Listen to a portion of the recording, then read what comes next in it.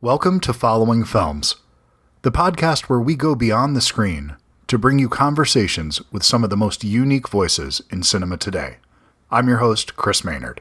Today we're diving into Last Breath, the sleeper hit that no one saw coming, directed by Alex Parkinson. This gripping thriller tells the true story of a commercial diver who becomes trapped 100 meters below the surface of the North Sea with only 5 minutes of oxygen and no chance of immediate rescue. It's a harrowing, edge-of-your-seat survival story that's as emotional as it is intense. With masterful direction, stunning underwater cinematography, and a narrative that keeps you hooked from start to finish, Last Breath quickly built momentum through word of mouth and has become one of the most talked about films of the year. I had the chance to sit down with Alex to talk about how he brought this incredible true story to life, the technical challenges of filming under extreme conditions, and what it was like turning real-life events into cinematic suspense. Stick around. This is a conversation you won't want to miss. Hope you enjoy the show.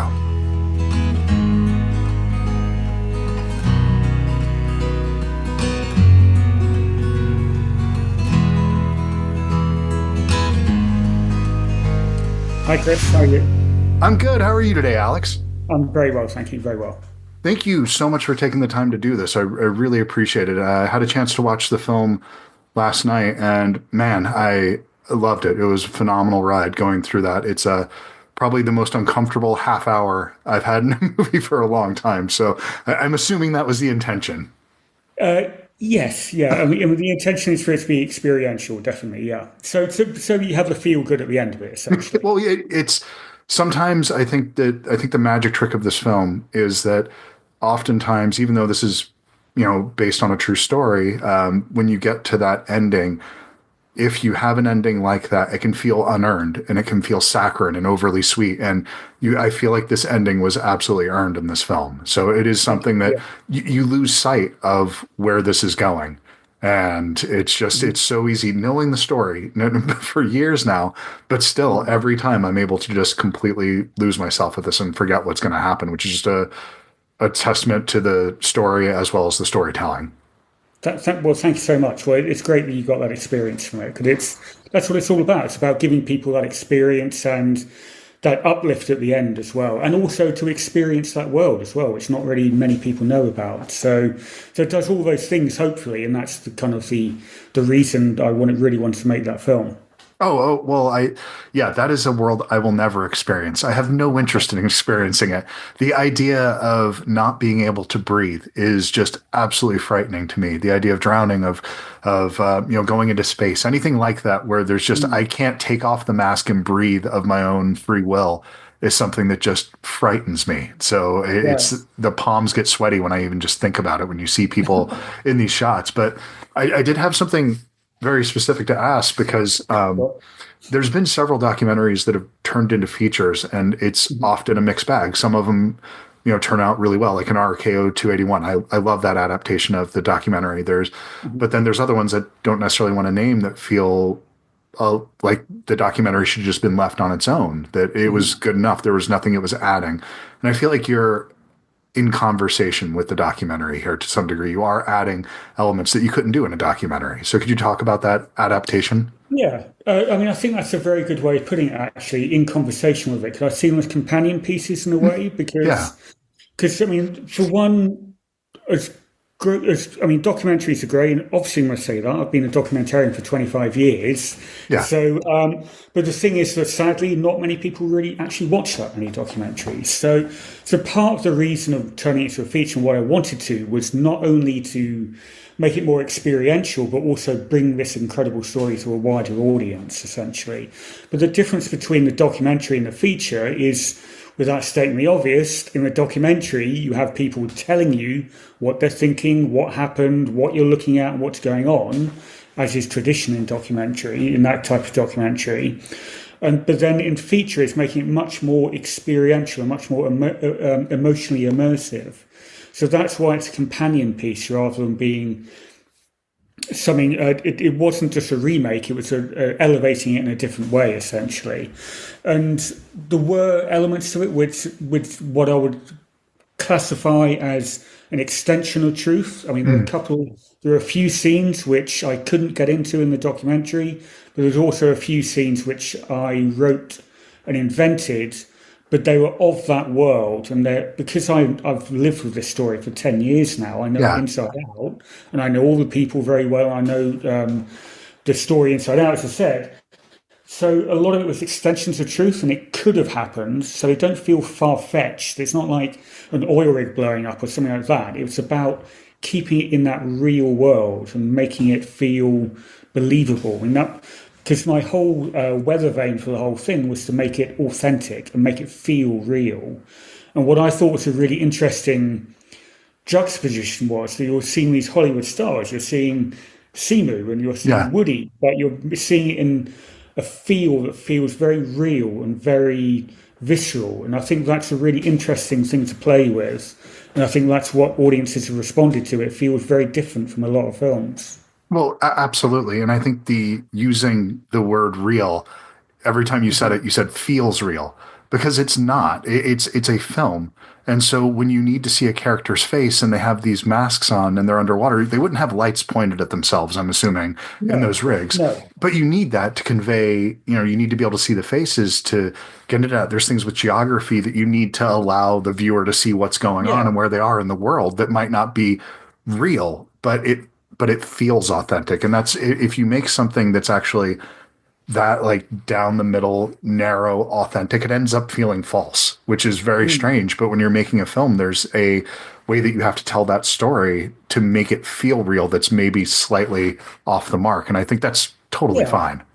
I mean, I think you have to acknowledge that the audience won't know everything, so you Yeah, have true. to step them into that. And also, the reality is that you, like the lights in the helmet, you need to see the actors. If Yeah. you don't, it's just a big black hole, and it could have been anyone.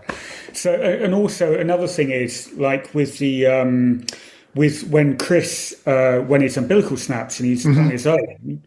In reality, he was in pitch black. It would have been very cheap to make that scene, but you need to be able to see what's going on. So you find ways through it narratively to try and bed it in a real way, so that people don't question it, they accept it, and they don't. But that you can still tell the story in a authentic way, essentially. Well, you do a good job of showing that he's lost, but the audience Mhm. has a sense of geography where he is.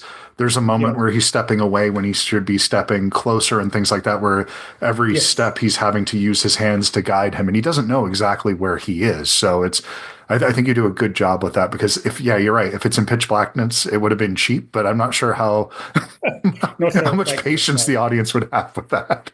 No, exactly. But also cinematically, it looks incredible with It that flare does. and all that kind of stuff. So I mean, it's a constant trade-off, but it's all about.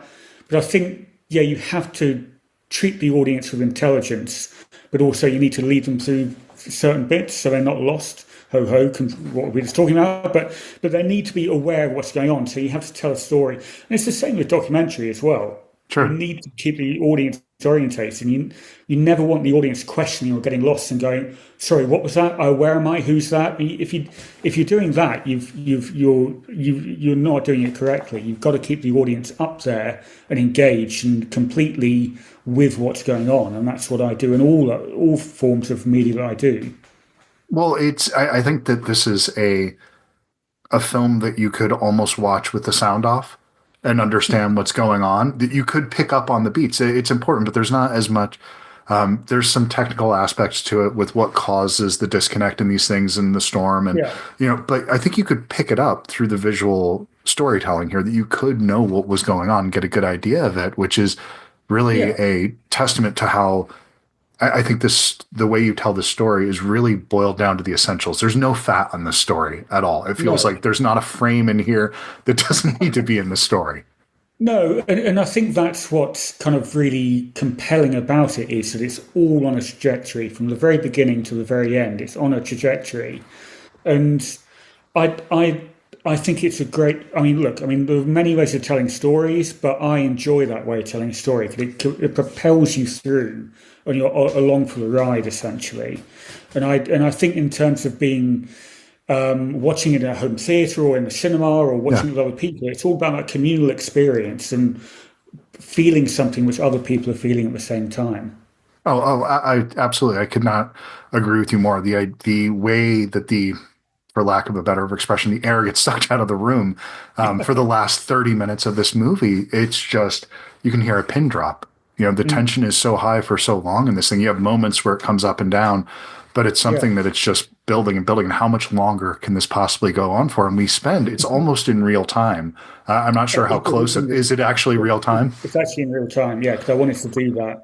I mean, maybe like a couple of seconds out or something like that, but essentially it's in real time though, because I wanted it to be that way. So that when the audience, everyone has their own internal clock, don't they? Yeah. And I think if you're doing it in real time, it's played as real time as well, then the audience will automatically start getting tense, feeling, my God, it feels like a very long time since we even know where Chris is, or we know when his umbilical broke, and all these kind of things. So I think psychologically, it's really powerful to play that in real time.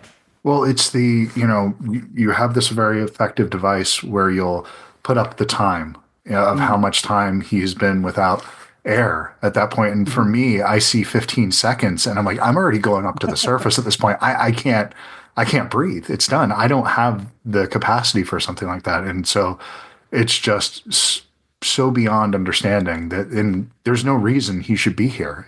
I mean, I know there's the debate. It's the idea of, you mentioned at the end, of the depth and Yeah. temperature and those things, but you think of the human brain being fully functional after 30 minutes without oxygen, and that's just so difficult to comprehend.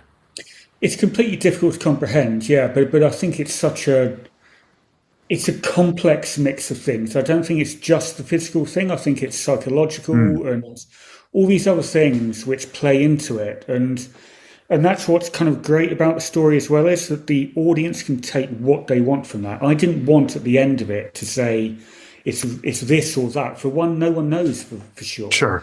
But part of it is that people can think and get what they want from it about how he survived in that way. And I think that's a really important thing, to allow the audience to come up with their own conclusions about that. Well, I think that it would be very easy for people to associate a spiritual element to this. Yeah, of That's course. not my personal Yeah, read on it, but I could absolutely. totally see it. That seems like a valid interpretation of the material, that you Absolutely. could Of see course it it that is. way. In the for one of a better way of putting it, in the void of not knowing what the actual reality is, Yeah. then yes, of course, for some people it's just as valid as any other reason, and that's great, and I think that's really powerful. And if it gives people something, it gives them hope, or gives them something, they get something from that, then that's awful good.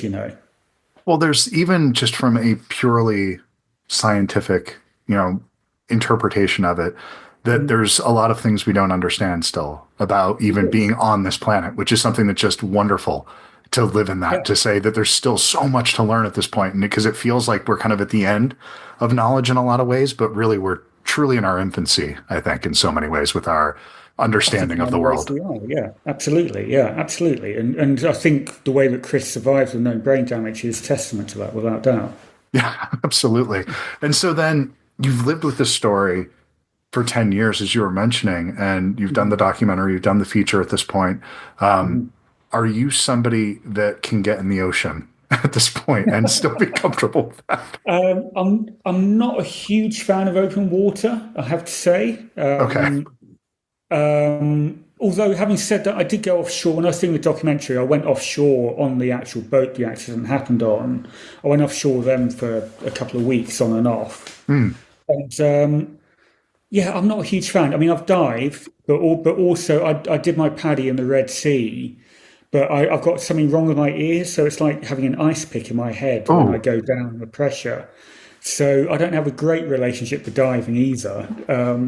But no, but I think that's part of it, is the respect of this incredible entity, which is the oceans. yeah. It's a phenomenally powerful, humbling thing, but also a wondrous thing where amazing creatures live there. Wonderful things can happen, terrifying things can happen. It's the great unknown in many ways. So I think it's an incredible environment. And just to, yeah, the awe that it inspires, that Mm, it is like going to an alien planet. It is something that mm, it's so much that, the floor of the ocean, that we have to go down there when they're decompressing for 2 days to come out of that? It's just something. 4 days now. Is it Yeah, 4 days they have to do? yeah, but that's at 100 meters. But they often go down to 300 meters, and then I think that's like 8 or 9 or 10 days or something like that to come out again. I mean, I don't know the exact figure, but it's a lot, I'm basically. just Yeah. I don't know.